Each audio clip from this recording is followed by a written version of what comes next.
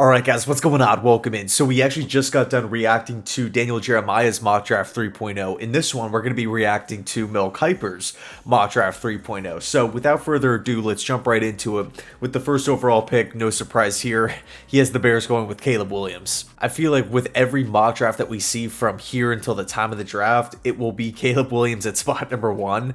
But moving on, we got the Washington Commanders at spot number 2 with quarterback Jaden Daniels from LSU. Now, I talked about in the Jeremiah video that I really don't feel like Washington could go wrong either way.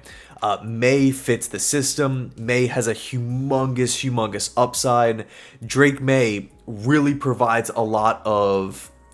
There's a lot of likable traits there if you're Washington, but on the other side of the coin, you have Jaden Daniels, and this is somebody who presents a different skill set than Drake May, right? Man, you look at the quick release. Jaden Daniels' release is probably my favorite thing about his game. It's just lightning quick. He has the deep ball accuracy. He has the breakaway speed. He does give you that different wrinkle that you can include in your offense, right? That quarterback draw. And it's not to say that May can't move. Obviously not. Drake May has some really good athletic ability. But with Jaden Daniels, you get that speed. Right, I've seen a couple people link him or compare him to Lamar Jackson.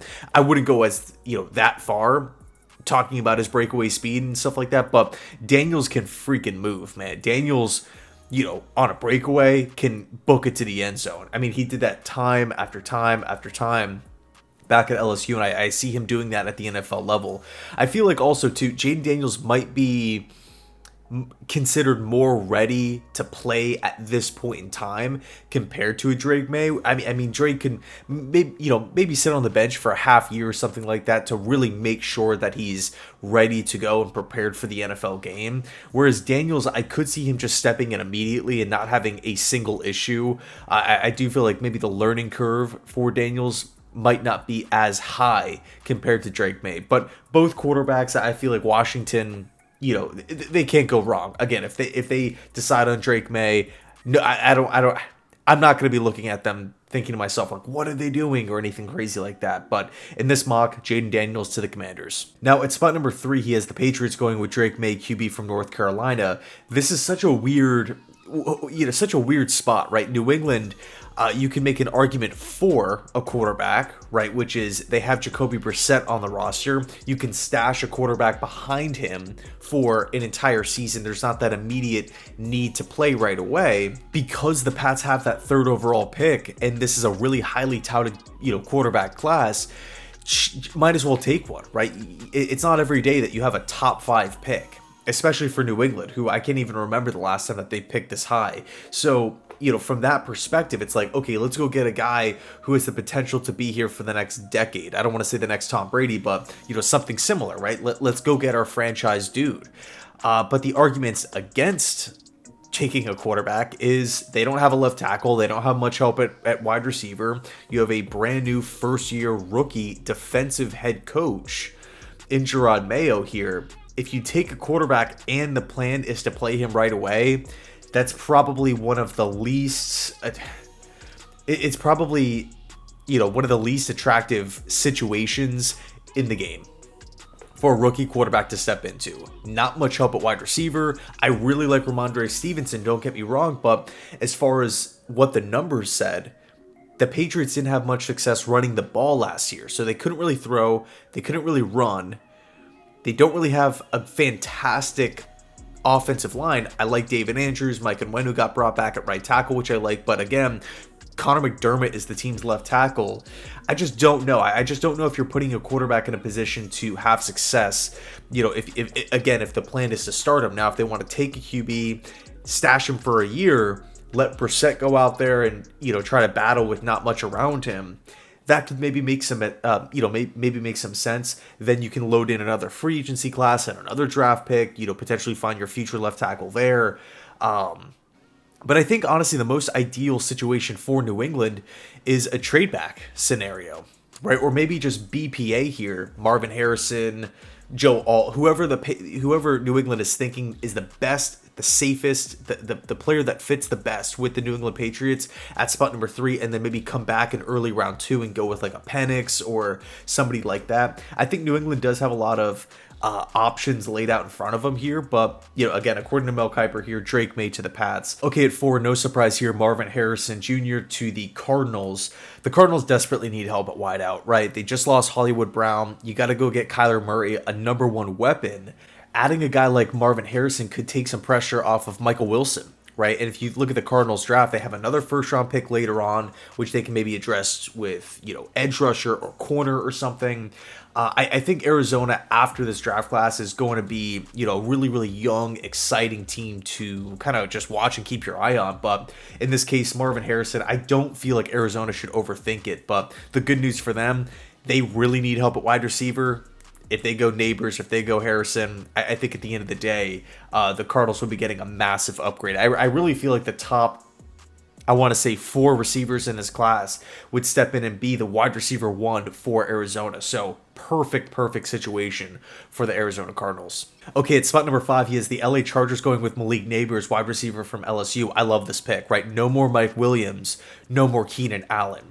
I think Malik Neighbors would come into that Chargers locker room as the best wide receiver on the team. I think he's better than Palmer. I think he's better than Johnston, who was their first-round pick last year from TCU. Although I like Quentin Johnston, I just feel like Neighbors provides a different skill set, has more of an upside, and is a lot more explosive as a as a wide receiver. I think when we talk about the Chargers, they're a win-now football team.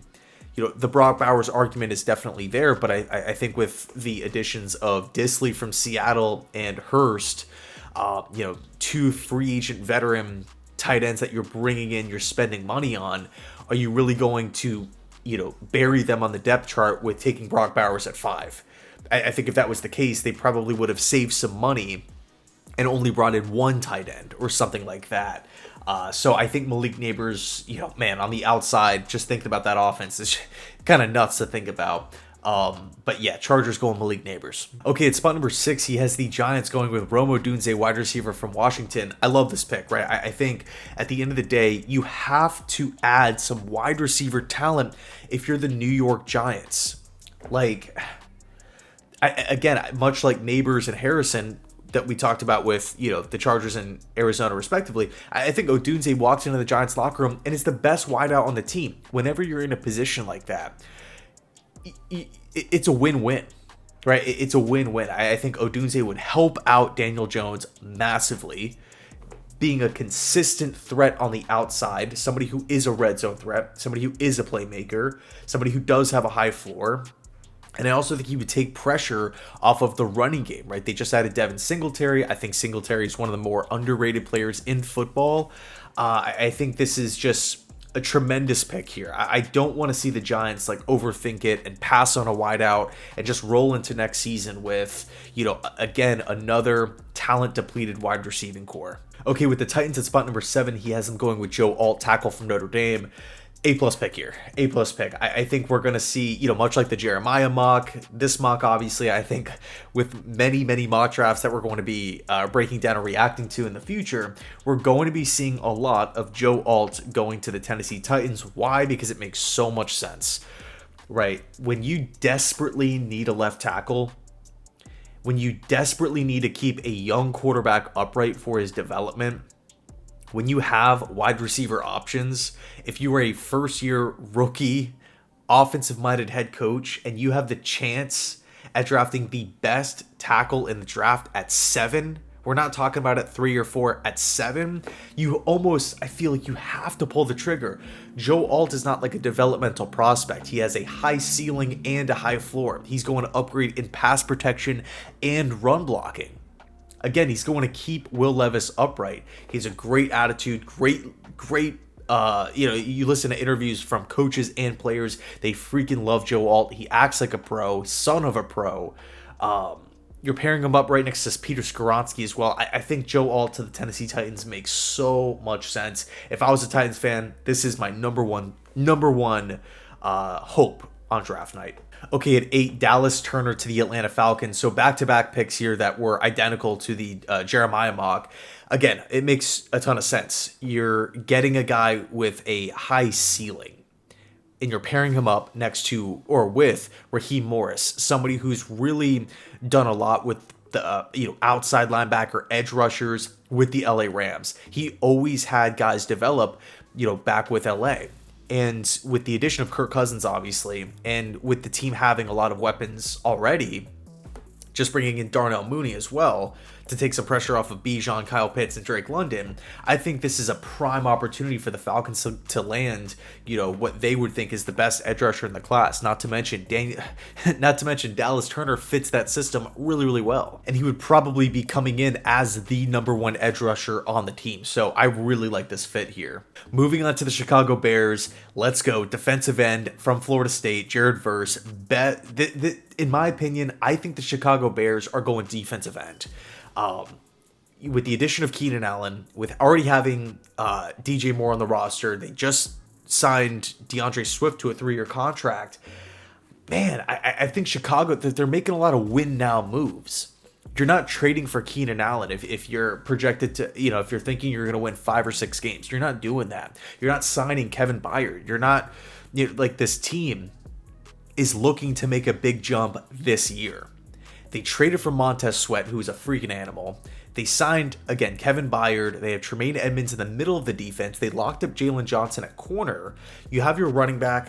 You have your 2 receivers. You have Caleb at QB. Man, Verse also, too. Verse is a great fit in the Eberflus system.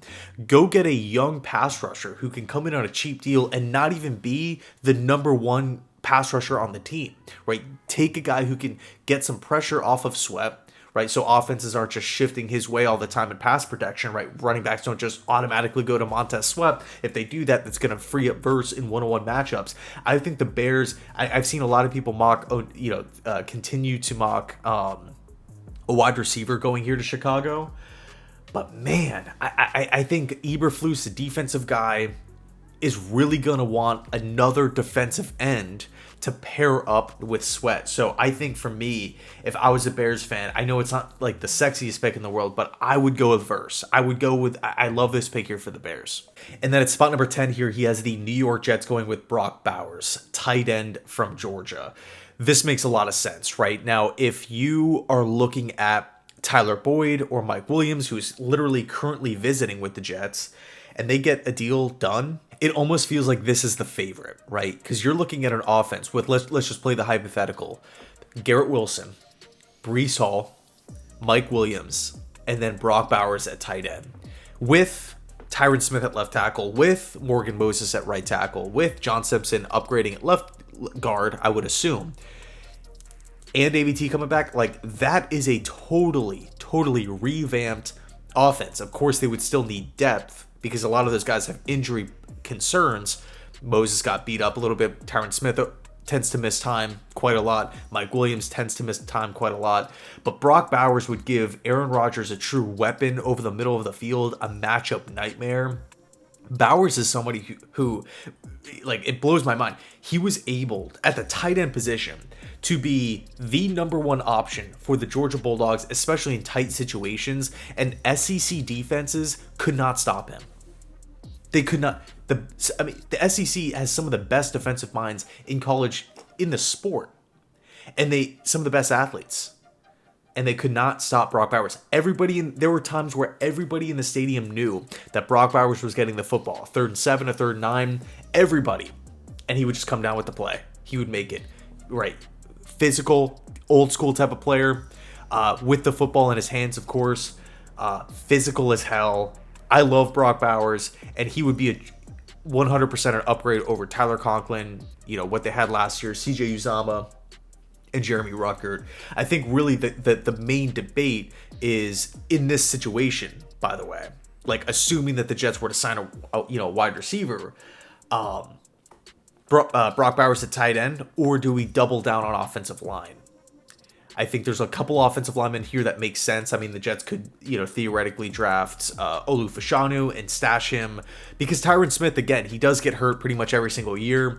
He is 33 years old. He is only on a 1-year contract. So ideally, you don't have, like, you kind of want to figure out a long-term plan at left tackle. So you can definitely make that argument. But you can also say, well, hold on a sec. We can maybe trade down and maybe go with like a versatile player like Fountain, or if they trade back really far, they can maybe go with like a Graham Barton from Duke, who's played like all over the offensive line. So that's one hypothetical, and then of course the other is that if the Jets miss out on wide receiver, right? We don't sign Mike Williams, we don't sign a Tyler Boyd, then it's like, okay, what do we do now at wide receiver? Because tight end is kind of like that luxury position, unless you're like under the mindset of, you know, like you're the Chiefs or you're the Bills, where you're like, okay, we got our number one primary option at wide receiver, and our tight end Kelsey, Kincaid, Kittle, like that's gonna be our number two option. We're going to like essentially replace the wide receiver two in a lot of our different in our philosophy with a highly talented pass catching tight end threat, with these guys. So I think if the Jets miss out on a wide receiver, I gotta be honest, I would be down for Brian Thomas. I would. I when I watch Brian Thomas, in my opinion, he's the third best receiver in this class. Look, I don't think the Jets will take him at 10, but if they do, I will be totally amped up. I don't think it would be a reach, but if the Jets want to trade back to whatever 12 with Denver wants to shoot up, in this case, in this mock, Kiper actually has the Vikings going with McCarthy at 11. So if the Broncos want to jump Minnesota here, just again throwing out a random hypothetical, I think Brian Thomas makes a ton of sense for the Jets. So anyway, let me know your thoughts down below in the comment section. Thanks so much for watching, and as always, go Jets.